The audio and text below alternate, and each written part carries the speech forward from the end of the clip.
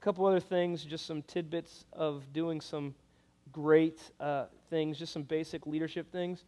Some of you have probably heard me talk about this before. It's called the 4 R's with dealing with problem kids. This is not in your notes, but you can probably remember it, or if not, you'll be able to write it down if you would like. But 4 R's with dealing with problem kids. Let's say you have a kid, especially if you're a male leader, you have some kids. You have a kid that just doesn't pay attention, he disrupts, maybe he likes to be there, but he doesn't really engage in the discussion. It's like he just drank like a gallon of Kool-Aid before he comes into your group, and you're just like, what am I going to do with this kid? And so instead of just kicking him out and kicking him out and saying, you can't be a part of this, but you don't want him to destroy your discussion. So an easy way to do it is the 4 R's. Here's what the 4 R's start. The first R stands for request. Request. This is where you just request that the student would behave. It's very simple. You say, hey, I need you to be quiet. I need you to, boom, pay attention. I need you to stop throwing this. I need you to stop making fun of this kid. I need you to stop saying that stuff. I need you to stop singing in sync or something. I don't know. Whatever you're doing, I need you to stop doing this. The second R is receipt. You receipt yourself next to the student. Maybe in your circle you decide that, okay, this is the guy who talks, this is the guy who I need to make sure I'm paying attention, so I'm going to receipt myself. Or I'm going to receipt one of my other leaders, if my group has 2 or 3 different leaders, right next to the students, so that I am close enough to them where I can, they can just kind of, John said hit them, but so I can give them that little nudge. And naturally, it's going to be a lot easier to control them just because they're right next to you. They don't, a lot of times kids think that you don't see things, even though you're 5 feet away from them. Oh, he can't see me, he can't hear me. It's but you can hear him perfectly, but they might realize that. So the first is receipt. The third R is receipt. This is where you reseat them, maybe away from the group. You reseat them in a different location in the group. First, you reseat yourself next to them. Then you would reseat them to another location that will be more conducive for learning in the class. And one of the things that I like to do is if you have a person that is going to be disruptive, or they've been disruptive in the past, or you just get that sense that they are, you can do the first 2 R's before the group even starts.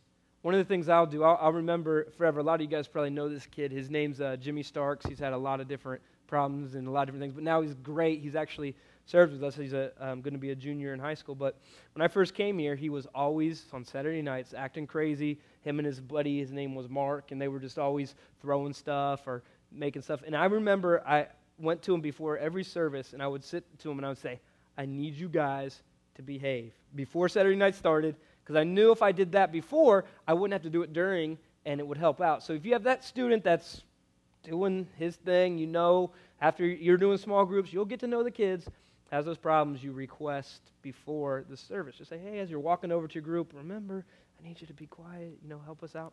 And then you can also reseat yourself next to that student before the group starts. And then the 4th R, request, receipt, is remove.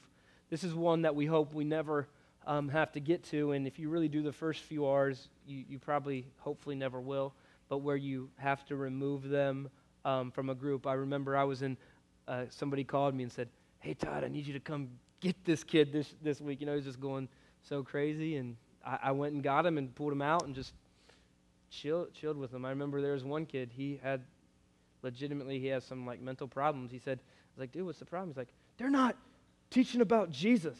And I'm like, what do you mean they're not teaching about Jesus? Well, they're teaching about what Jesus said, but not what he did. And I'm like, okay. We were talking, this was the Beatitudes, the Sermon on the Mount. It's like he said this stuff, and he said it. And so I was just like, all right, man. But the kid was having so much problems, he needed to be out of that group. And in that case, he was actually possibly going to cause harm to some kids, literally, just very, very strange. But you may have those times, and you would have to remove them. And usually when you remove them, sometimes you might have to remove a person for a week or 2 weeks. We had a time at a church I was at, we told a kid, if you do this again, you won't be able to come back for a couple weeks. He didn't come back for a couple weeks. He came back a couple weeks after, and he was better, And a lot of times people don't think we're serious about this stuff, but, if we get to the point where we need to remove them, we definitely want to be able to do that. Here's a couple real quick things. If you're dealing with that super talker, that person who answers every question but doesn't, I bet you I know who you're thinking of too. One of them's it's a twin, right? Because she's super talker when I'm speaking. You fixed them? Okay, well, when you got the super talker and when you have the non-talker, there's some ways you can structure the group to facilitate them to discuss. If you put a super talker, the blabbermouth, whatever, right next to you, they are going to talk naturally less because you're right there. They won't have as much eye contact, so they won't think you're talking to them.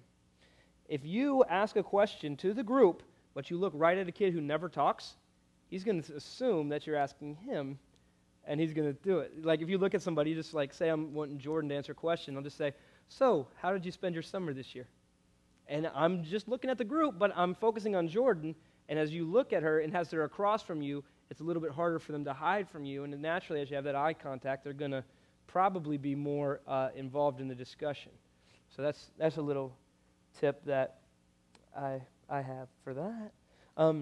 Here's a couple cool things that, these are some things Jeff gave me that he's going to actually talk about in his breakout at the ministry rally. We're having 2 breakouts. One is just general youth ministry stuff, and then in here, I'm going to be teaching about how to facilitate. Me and Tommy Park are going to be talking about how to teach lessons, like the best way to go for application,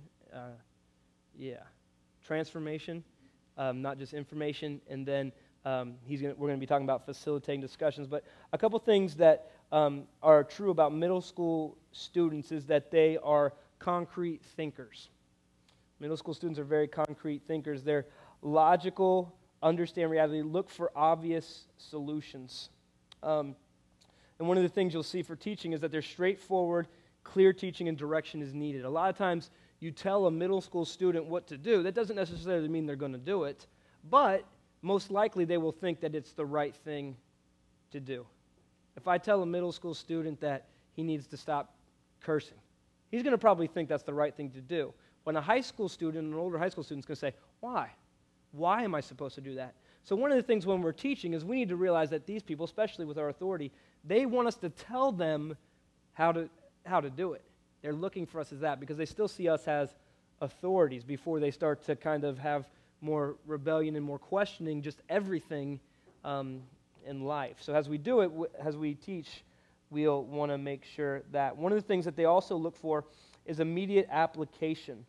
That's the expectation to give clear directives and expectations of them. So a great thing to do would be, let's say one of the things I'm going to do this weekend, we're talking about your school as your mission field. One of the things I'm going to challenge them to do in our 7th and 8th grade services and our Sunday services is that if they have a cell phone, to go ahead and immediately during that service to text a friend and invite them to church, or to call a friend if they feel like calling a friend and invite them to church immediately while they're there. It's an immediate application. It's not, hey, in 6 months, sometime this week I want you to do this. One of the things as we look at application, the more immediate it is and the easier it is, it's likely to be done. If you tell a middle school kid, you need to start reading your Bible every day, they're going to be like, I've never read my Bible ever. If you say, hey, read your Bible tomorrow morning, very different. And we realize that it's a clear application and something hopefully that will be easy for them to do. It's great to have some small successes.